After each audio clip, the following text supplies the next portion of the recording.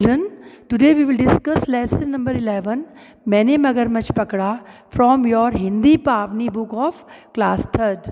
मगरमच्छ जल में रहने वाला एक बड़ा ही खतरनाक जीव है। ये धरती पर भी रह लेता है। इतने बड़े जीव को देखकर सबको डर लगता है। एक बच्चे ने मगरमच्छ को कैसे पकड़ा, आइए जानते हैं इस रोचक कहानी के माध्यम से। मैंने मगरमच्छ पकड़ा। एक बार हमारे तालाब में एक बहुत बड़ा मगरमच्छ आया। हमारे तालाब में ढेरों मछलियाँ थीं, उन्हीं के लिए वह यहाँ आया था। वह अक्सर तालाब के किनारे धूप सेका करता था। लेखक के तालाब में बहुत सारी मछलियाँ थीं, उनको खाने के लिए एक बड़ा सा मगरमच्छ आ गया था और अक्सर वो तालाब के किनारे धूप भी सेका किया करता था। मुझे मगरमच्छ का अपने तालाब में रहना तो अच्छा लगता था, पर उसका मछलियाँ खा जाना बुरा लगता था। मैं चाहता था वह चला जाए, अपने आप तो वह जाता नहीं था, इसलिए मैंने उसे ईंट पत्थर मारकर भगाने की कोशिश की। मेरी सारी कोशिशें बेकार गईं। फिर मैंने सोचा क्यों न मगरमच्छ को पकड़ा जाए। अब लेखक को मगरमच्छ का अपने तालाब में रहना तो बहुत अच्छा लगता था, लेकिन उसको ये बात बहुत बुरी लगती थी कि मगरमच्छ उसकी सारी मछलियों को खा जाता था। और मगरमच्छ को भगाने के लिए उसने बहुत सी कोशिशें की, लेकिन वो सब व्यर्थ गईं। जैसे उसने ईंट पत्थर मारकर उसको भगाने की कोशिश की, फिर अंत में उसने सोचा क्यों ना मैं मगरमच्छ को ही पकड़ लूँ। मगरमच्छ दिन में तो एक ही तालाब में पड़ा रहता था और रात को मछलियाँ खाने के लिए एक तालाब से दूसरे तालाब में जाता था और रास्ते पर अपने निशान छोड़ता जाता था। दिन में मगरमच्छ तालाब के अंदर रहता था और रात को मछलियाँ खाने के लिए एक तालाब से दूसरे तालाब में जाया करता था। जब वह ऐसा करता था तो उसके शरीर के निशान रह जाते थे। उन निशानों के सहारे मैंने पता लगाया कि मगरमच्छ ने तालाब के किनारे की झाड़ियों में एक बड़ा सा छेद बना दिया है। फंदा लगाने की यही सबसे अच्छी जगह थी। मैंने सोचा मगरमच्छ ज़रूर इस रास्ते से निकलेगा और फंदे में फंस जाएगा। अब मुझे एक मजबूत रस्सी की ज़रूरत थी। गौशाला में गाय और बैल जिस तरह की मोटी और लंबी रस्सियों में बंधे थे, मुझे वैसी ही रस्सी चाहिए थी। अब उन निशानों को देखकर लेखक ने अंदाज़ा लगाया कि ये कहाँ कहाँ से निकलता है। तो उसने देखा मगरमच्छ ने तालाब के किनारे की झाड़ियों में बहुत बड़ा सा छेद बना दिया था। तो उसने सोचा फंदा लगाने की ये तो सबसे अच्छी जगह है। मगरमच्छ ज़रूर इस रास्ते से निकलेगा और फंदे में फंस जाएगा। अब लेखक को ज़रूरत थी मजबूत और लंबी रस्सी की। गौशाला में गाय और बैल जिस तरह की मोटी और लंबी रस्सियों में बंधे थे, लेखक को ठीक वैसी ही रस्सी चाहिए थी। एक दिन शाम को मैंने गौशाला से एक लंबी रस्सी निकाली। रस्सी के एक सिरे से अच्छा मजबूत फंदा बनाकर मैंने झाड़ी के उसी छेद में फंसा दिया। रस्सी का दूसरा सिरा एक पेड़ के तने से बांध दिया। फंदा तैयार करके मैं घर चला गया। अब लेखक ने गौशाला से लंबी रस्सी निकाली और रस्सी के एक सिरे से मजबूत सा फंदा बनाकर झाड़ी के उस छेद में उसको फंसा दिया और रस्सी का दूसरा सिरा पेड़ के तने से बांध दिया, यानी उसके स्टेम से। फंदा तैयार करके लेखक अपने घर चला गया।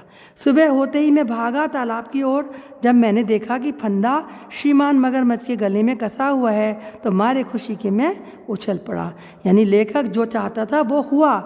अब फंदा बनाकर वो चला तो गया। अब सुबह सुबह दौड़ कर आया। उसने सोचा कि देखता हूँ जाकर मगरमच्छ उसमें फंसा है कि नहीं। उसने देखा कि श्रीमान मगरमच्छ फंस चुके थे और मैं खुशी से उछल पड़ा।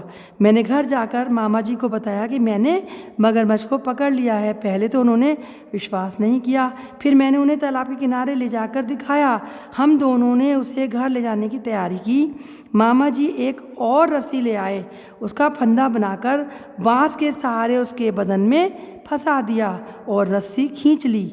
जब वह अच्छी तरह जकड़ गया तो हम उसे खींचते हुए घर के पास ले गए और पेड़ों के साथ कसकर बांध दिया।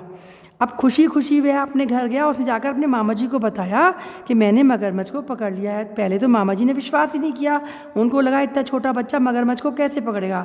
फिर मैं उन्हें तालाब के किनारे ले गया और उनको जाकर दिखाया, तब उनको विश्वास हुआ। हम दोनों ने उसे घर ले जाने की तैयारी की, यानी उस लेखक ने और उसके मामा जी ने। मामा जी एक और रस्सी लेकर आए, उसका एक फंदा बनाया, बाँस के सहारे उसके बदन में उसको फंसा दिया और रस्सी खींच ली ताकि जो मगरमच्छ वो हिल डुल ना सके। जब वह अच्छी तरह से जकड़ गया तो उसको खींचते हुए घर के पास ले गए और उसको पेड़ों से कसकर बांध दिया। मगरमच्छ के पकड़े जाने की खबर सुनते ही उसे देखने के लिए लोगों की भीड़ जमा हो गई। भीड़ बढ़ती गई। कुछ लोग तो मगरमच्छ को मार डालना चाहते थे। मैं मगरमच्छ को छोड़ देना चाहता था। लोगों का गुस्सा बढ़ता जा रहा था और धीरज खत्म हो रहा था। इतने में नाना जी आ गए। मैंने उन्हें सारी बात बताई। नाना जी ने अपनी रोबीली आवाज़ में कहा, मगरमच्छ को छोड़ दिया जाएगा, खबरदार जो किसी ने इसे नुकसान पहुंचाया। जब मगरमच्छ को मामा जी ने और लेखक ने पेड़ों के साथ कसकर बांध दिया तो उसकी खबर सब में फैल गई और लोगों की एक भीड़ जमा हो गई। सब लोग उसको देखने के लिए आने लगे। लोगों में गुस्सा बढ़ता जा रहा था। लोग उसको मार देना चाहते थे मगरमच्छ को। इतने में उसके नाना जी आए लेकर के मैंने अपनी नाना जी को सारी बात बताई तो नाना जी ने अपनी रोबीली तेज़ आवाज़ में कहा, कोई भी मगरमच्छ को नुकसान नहीं पहुंचाएगा, हम मगरमच्छ को छोड़ देंगे। नाना जी ने मुझसे मगरमच्छ को छोड़ देने के लिए कहा। मैं डर गया, मैं उसे कैसे छोड़ूं। तभी मामा जी आ गए। हमारे घर से दूर मंदिर का एक बड़ा तालाब है।